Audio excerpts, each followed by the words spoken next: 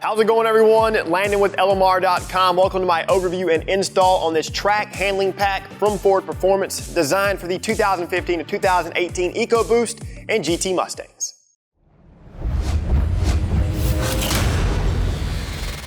This Ford Performance track handling pack is the perfect suspension system for the S550 enthusiast out there who demands the most from their car, whether it be on the street or on the track.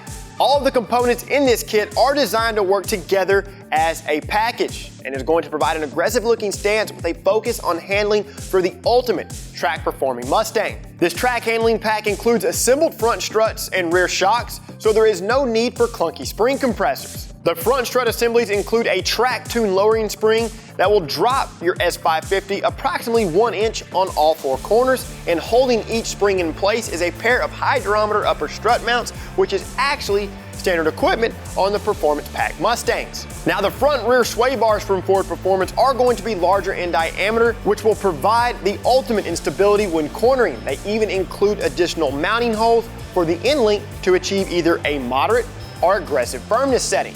Other than the rear sway bar, rear shock, and rear spring, Ford Performance includes upgraded toe links, which in fact the ones included in this kit are standard issue on the Performance Pack cars as well. They also provide an upgraded toe link to knuckle bushing, which features a Delrin line spherical bearing. This will provide an increase in handling and less deflection over the factory bushings. Now, a little common sense disclosure here, guys. If you're buying this suspension package with the mindset that the car is going to feel like it's riding on clouds, well, you're buying it for the wrong reason. After all, this is a quote-unquote track handling pack. That means a slightly harsher and more firm ride will be evident after installing this kit. As far as fitment goes, this track handling pack is designed to work with 2015 to 2018 EcoBoost and GT Mustangs without the Magna Ride option. If you're going to be doing the work yourself, be sure and have on hand a good selection of tools, as well as a ball joint press or something similar, so that you can remove and install the new toe link to knuckle bushing. Now, also note, we're going to begin the install with all of the other suspension components out of the car. This includes the front and rear sway bar, as well as the front strut, rear shock, and of course the springs. If you're needing some more insight on how to remove those components, be sure and check out the removal videos in the description. With the car supported via a lift or jack stands, ensure that the ends of the new sway bar are facing up. This is done by laying the bar down on the floor or a level surface. Feed the front sway bar through the passenger side wheel well. Carefully pass it through the engine compartment and out of the driver's side wheel well opening. With the sway bar in position, install the provided bushing brackets over the pre-installed rubber bushings. Apply the provided thread locker to the previously removed sway bar bracket bolts. Thread in the hardware. The rearward driver's side bolt will be tightened using a box-end wrench through the wheel well opening. Do the same for the other side. Fully tighten the hardware and torque to 76 pound-feet. Position the pre-installed front strut assembly. Verify that the notch in the upper strut mount is facing towards the engine bay. Ensure that the upper strut mount studs pass through the correct openings in the strut tower. Thread on and loosely tighten the 3 retaining nuts. Position the spindle into the strut. Align the bolt holes and install the previously removed strut to spindle retaining bolts. Tap the bolt into place with a hammer. Apply the thread locking compound to either the bolt or the provided nuts. You must use the provided nuts as these are torqued to yield. Install the new retaining nuts and torque to 184 pound-feet. Reinstall the sway bar end link. We chose the hole closest to the bar or the front of the car. This will set us up for an aggressive firmness. Thread on the provided nut. Pass the end link through the strut. Thread on another provided nut. Utilize a deep 18mm socket on the nut and a 17mm open-end wrench on the stud. Tighten both nuts and torque each one to 85 pound-feet. Reinstall the 2 harness clips into the new strut. Torque the upper strut mount retaining nuts to 46 pound-feet. Reinstall the rotor and use a lug nut to hold it in place. Reposition the brake caliper. Reinstall the caliper retaining bolts. Torque these to 85 pound-feet. Now you can remove the lug nut. Go ahead and do the same for the other side. We did end up removing our rear brake rotor and caliper to display a better understanding. Removal of the rear rotor and caliper is not needed. Moving to the rear of the car now. Whichever side you are starting on, Make sure the IRS cradle is supported with a jack and that you have enough room to install the spring. Ensure that the lower spring isolator is properly positioned within the lower control arm. Transfer the upper isolator to the new Ford Performance spring. Align the isolator with the upper pigtail. Install the new spring into the car and ensure that the lower pigtail is properly aligned with the lower isolator. Jack up on the IRS cradle. Reinstall the support bracket. Thread in the frontward IRS bolt. Then, thread in the two 13mm bolts. Reinstall the rearward IRS cradle bolt. At this time, you can fully tighten this hardware. Position the new shock into place.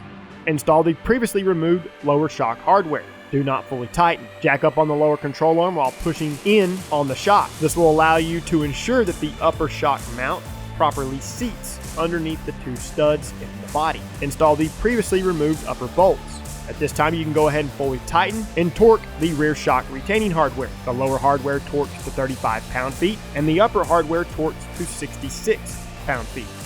Do the same for the other spring and shock. Now you can go ahead and remove the rear sway bar brackets. Transfer these to the new bushings on the new sway bar. Position the sway bar into place and ensure that the bend in the sway bar is facing down. Align the brackets with the bolt holes in the IRS cradle. Loosely tighten all of the previously removed hardware. Now you can fully tighten all the hardware and torque to 52 pound-feet.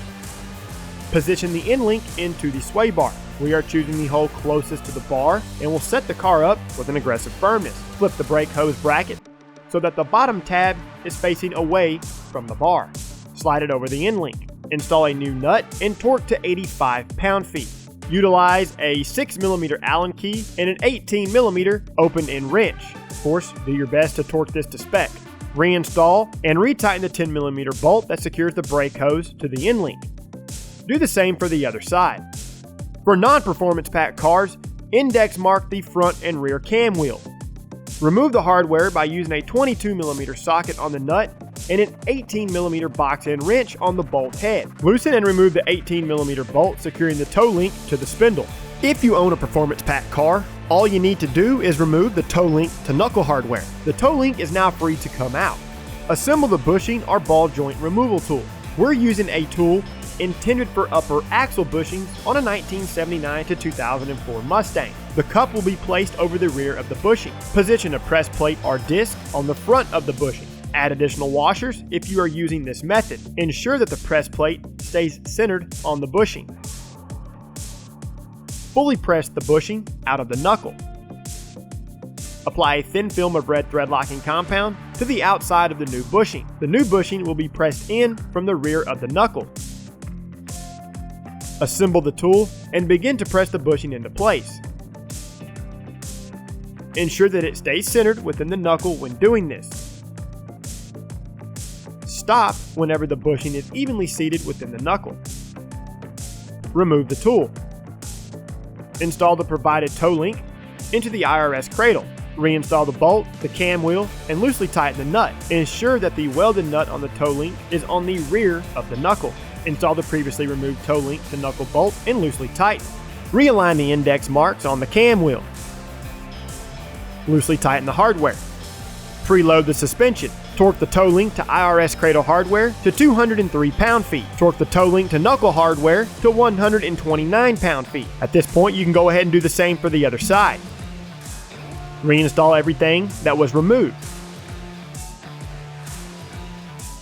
Double check your work and reinstall the wheels. Get the car on the ground and you're all finished. Alright guys, once all these components are installed onto your car, be sure and get the thing down to your local trustworthy alignment shop. That way they can properly dial in your alignment. Now Ford Performance does provide the recommended settings in their detailed instruction manual. Keep in mind, running the Ford Performance alignment specifications may result in accelerated tire wear. To see more how-to and review videos covering industry-leading products, be sure and subscribe to our YouTube channel, like this video, and don't forget to turn on notifications. While you're at it, check out our other videos, and don't forget to shop lmr.com for all things 1979 to present Mustang, and of course, SVT Light.